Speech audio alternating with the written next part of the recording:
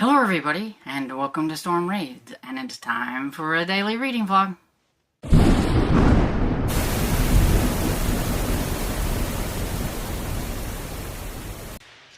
Hey everybody, it's almost afternoon, and I'm beat. I am out here trying to cut down some of the briars and limbs and stuff down our lane that, scratch on the car, things like that. The leaves are falling and stuff and dying. It's a little easier to see things, but I'm tuckered out. I've gone about halfway up the lane, and I'm going to be going back now because I'm tired. But I tried. I got a few. Also, it's going to be a busy wood day because one of my friends gave us some money to get a couple of ricks of wood. So we found a place in town, and my cousin has today and today only to help us because he has a truck. So afternoon, I think 12:30, he said he was going to come over here, and then we'll have to load it up and then unload it. And so yeah, it's going to be a very tiring, very tuckered out day and everything, but that is what it is. While I'm out here doing all this, I have been listening to Edge of Evil by J.A. Jance, the Allie Reynolds #1. It's going pretty good. I'm curious to see what's going to happen. Allie's pretty spunky. I like her, and so we'll see. I'm done.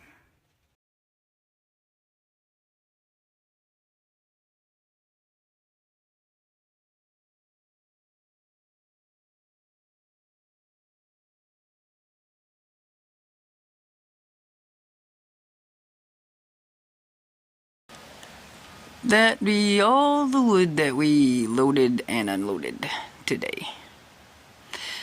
And then I have to stack it at some point. Hello everybody. It is currently about 2:27. It's the only time since my earlier update that I have had a chance to sit down and chat a little bit and everything. I haven't really read a whole lot. Today, just a very busy day, and it was a day that I couldn't listen while I was doing some of the stuff that I was doing as well. We got a couple of ricks of wood. I say we have a fairy godfather who gave us a little bit of money to help us get some wood. My brother, he tries, but he works a full-time job, and his water heater went out in his house. He had to do all that this weekend, so he didn't have any time to cut any wood. And we can't really afford to wait for him to get a chance to cut wood. So we had to try to find a way to get some wood. And my cousin had today where he could go and get some wood. And today only, because he's got doctor's appointments the rest of the week and all that kind of stuff. And so we had to make it work. And I'm not used to having to go and load the wood and then bring it back and unload the wood. And, all of us who were doing this we're not like spring chickens. I'm the youngest one of the group. My dad, who's 77, my cousin, who's probably in his 60s, probably mid-60s, or whatever, and then me, 50. So, our loading and unloading wood, and it's not like something I'm used to doing, because normally we would get people to bring it to us and they would just dump it out and things like that. So yeah, so I am completely tuckered out. If this side I can't move tomorrow, there will be that reason. But now I gotta stack the wood. We've got it all out there, and you will see the stack out there and everything probably before this clip. And it's a pretty good chunk. And I have to say, the man that we got this from, he was a younger man. Well, I say younger because he's probably in his 30s. I don't know exactly, but he is younger than me, so he's a younger man. And I think he's seen older people getting the wood, and I think he was a little bit more lenient, because my dad was the one buying the wood, and I think he's going to be a little bit nicer to like some older guys than he might somebody his own age that were getting wood. Because that second time we went and got wood, he was just like, oh, just go ahead and get a little bit more. And it was piled up on my cousin's truck pretty high and everything. And we didn't have to pay any extra. So he was really nice. That's not going to last us any time, especially if it gets like super cold, but at least we are getting there. We just need to start getting some wood and getting the reserve and everything. And then if my brother can like throw some wood in every now and then, that'll be great. If we can get our chainsaw going, I could try to cut up some small stuff. But yeah, there was no way that we were going to be able to just rely on my brother. So while I was out trying to trim down the lane, I was listening, I think I told you guys I was listening to Edge of Evil by J.A. Jansen. So I finished my chapters. So I'm up to chapter 11. That's where we're supposed to stop. I actually had started listening to just a tad bit 11, and I realized that, oh, I need to stop. And so it's going pretty good. I'm really curious about things.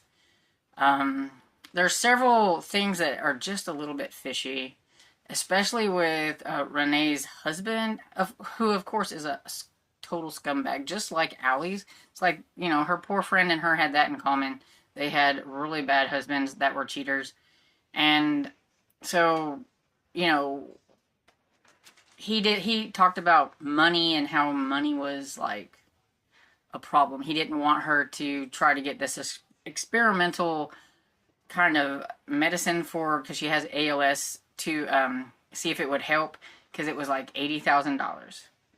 He was more worried about money than it was his own wife.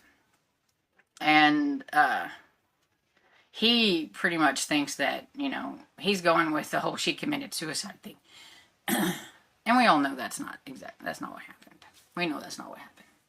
He's fishy. I don't trust him. He has this young girlfriend, and, I don't trust anything. But then I'm also curious, was she looking into this experimental drugs or whatever it was in Mexico? Did she run into something that might have got her in trouble? Maybe she found something out about something. You never know. We have no clue at this point what, is going on and everything. Allie is curious. She is for sure doesn't think that her friend committed suicide, even though we found a note.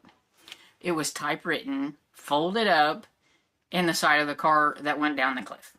If that doesn't just sound fishy, I mean, come on. So yeah, I'm curious to see what's going to happen. So far, we're doing good, and that is all I've done today. Last night, though, I did work another chapter in, so I am on I'm on chapter 13, which is page 132. So got this much left, and very curious to see how Mason's going to get himself out of what I feel like is a pickle that he's got himself in. That's my term. He did something, and then that Brunilde ended up getting out of jail, and I think it kind of messed up his what he was going for, and so now he's got to get himself out of that, or that guy out of trouble or whatever. So it was kind of funny because it's like, yeah, that backfired on you, Mason. Your tricks backfired. So I'm curious to see how that's going to go. And yeah, that's pretty much it. I'm worn out, worn to a frazzle. I'm going to get off here, and if I'm going to try to listen to a little bit. I need to start listening to Skin Games by Jim Butcher.